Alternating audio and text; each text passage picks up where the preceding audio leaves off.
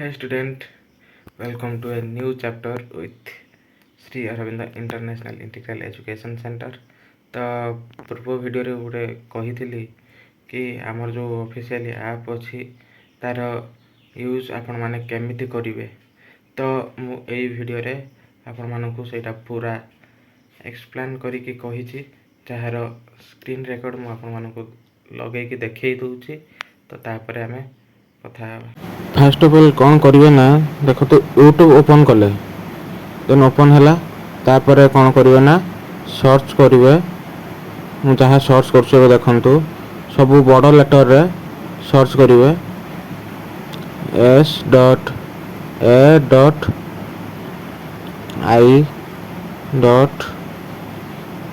ମୁଁ ଯେଉଁଭଳି ଭାବରେ ଏମିତି ସର୍ଚ୍ଚ କରୁଛି, ଯାହା ମାନେ SAIIEC ସବୁଥିରେ ଡଟ୍ ରହିକା ଯିବ ମଝିରେ, ସବୁ ବଡ଼ ବି ଲେଟରରେ। ତ ପ୍ରଥମେ ଯେଉଁ ଚ୍ୟାନେଲଟି ଆପଣଙ୍କୁ ଦେଖିବାକୁ ମିଳିବ ଏଇ ଲୋଗୋରେ, Shri Aurobindo international integral education ସେଣ୍ଟରରେ।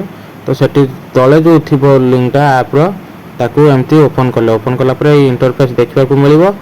ଆଉ ତାକୁ ଏମିତି ରିଲୋଡ଼ର ଯେଉଁ ଅପସନ୍ ଅଛି ମାଇଲା ପରେ ଏମିତି ଆପ୍ଟା ଡାଉନଲୋଡ଼ ପାଇଁ ଆସିବ। ଦେନ୍ ଏମିତି ଡାଉନଲୋଡ଼ ମାରିଲା ପରେ ଏଠି ଉପରେ ଦେଖନ୍ତୁ ଡାଉନଲୋଡ଼ ଚାଲିବ। ତ ଡାଉନଲୋଡ଼ କିଛି ସମୟ ଚାଲିଲା ପରେ ଦେଖନ୍ତୁ ଡାଉନଲୋଡ଼ ହୋଇଗଲା, ଟିକ୍ ଚିହ୍ନ ଆସିଗଲା। ତାପରେ ମୁଁ ଓପନ୍ କରିଦେଲି, ଯେହେତୁ ମୋର ଇନଷ୍ଟଲ୍ ହେଇକି ଥିଲା ସେଥିପାଇଁ ଅପଡ଼େଟ୍ ମାଗିଲା, ନହେଲେ ଆପଣଙ୍କର ଇନଷ୍ଟଲ୍ ଆସିବ। ତ ଆସିଲା ପରେ ଏମିତି ଇନଷ୍ଟଲିଂ ହେଇକା କଣ୍ଟିନ୍ୟୁ ଚାଲିବ। ତ ତାପରେ ଓପନ୍ ହିଁ ହେବ। ତ ଏଠି କିଛି ସମୟ ଟାଇମ୍ ଲାଗୁଛି, ଦେଖନ୍ତୁ। ତାପରେ ଓପନ୍ ହେଇଗଲା, ଏମିତି ଆସିବ, ଓପନ୍ ହେଇଯିବ। ତ ଦେଖନ୍ତୁ ଏମିତି ଧୀରେ ଯେହେତୁ ସ୍ଲୋ ହେଉଛି, ତାପରେ ଓପନ୍ ଆସିଗଲା। ଓପନ୍ ମାରିକି ଏମିତି ଓପନ୍ ହିଁ କରିବେ। ଓପନ୍ କଲା ପରେ ଏମିତି ଇଣ୍ଟରଫେସ୍ ଆସିଯିବ। ଦେନ୍ ଏମିତିକା ଇଣ୍ଟରଫେସ୍ ଆସିଲା ପରେ ତାପରେ ଯେଉଁ ଅଛି ଫର୍ମ ଏକ୍ଜାମ୍ପଲ୍, ତା ଉପରେ କ୍ଲିକ୍ କଲା ପରେ ଆସିବ ଏମିତିକା କିଛି ଇଣ୍ଟରଫେସ୍, ଯେଉଁଥିରେ ଦୁଇଟା ସେକ୍ସନ୍ ରହିଛି, think of dog and think of cat. Think of ଡଗ୍ରେ ମୋର ପ୍ରୋଫାଇଲ୍ ରହିବ, ଆଉ ଥିଙ୍କ ଅଫ୍ କ୍ୟାଟ୍ରେ ଷ୍ଟୁଡେଣ୍ଟମାନଙ୍କର ପ୍ରୋଫାଇଲ୍ ରହିବ। ଆଉ ଥିଙ୍କ ଅଫ୍ ଡଗ୍ରେ ଯେହେତୁ ମୋର ପ୍ରୋଫାଇଲ୍ ଅଛି, ତ ସେଠି ଓପନ୍ କଲା ପରେ ମୁଁ ମୋର ଯେଉଁ ଆମର ଇନଷ୍ଟିଚ୍ୟୁଟ୍ର ଅଫିସିଆଲ୍ ୱେବସାଇଟ୍ଟା ପ୍ରଥମେ ଯେହେତୁ ଦେଇଛି, ତ ସେଇଟା ଓପନ୍ ହେଲା। ତ ତାପରେ ମୁଁ ଯାହା ସେଠି ବି ଅପଲୋଡ଼ କରିବି, ତ ଥିଙ୍କ ଅଫ୍ ଡଗ୍ରେ ମୁଁ ଅପଲୋଡ଼ କରିବି। ତ ଥିଙ୍କ ଅଫ୍ କ୍ୟାଟ୍ରେ ଷ୍ଟୁଡେଣ୍ଟମାନଙ୍କ ପାଇଁ ରହିବ। ଷ୍ଟୁଡେଣ୍ଟମାନେ ସେଠି ତାଙ୍କର ଅପଲୋଡ଼ କରିବେ। ଯେଉଁ ଦେଇଛି ନ୍ୟୁ ଟପିକ୍ ଉପରେ କ୍ଲିକ୍ କଲା ପରେ ଏମିତି କିଛି ଇଣ୍ଟରଫେସ୍ ଆସିବ।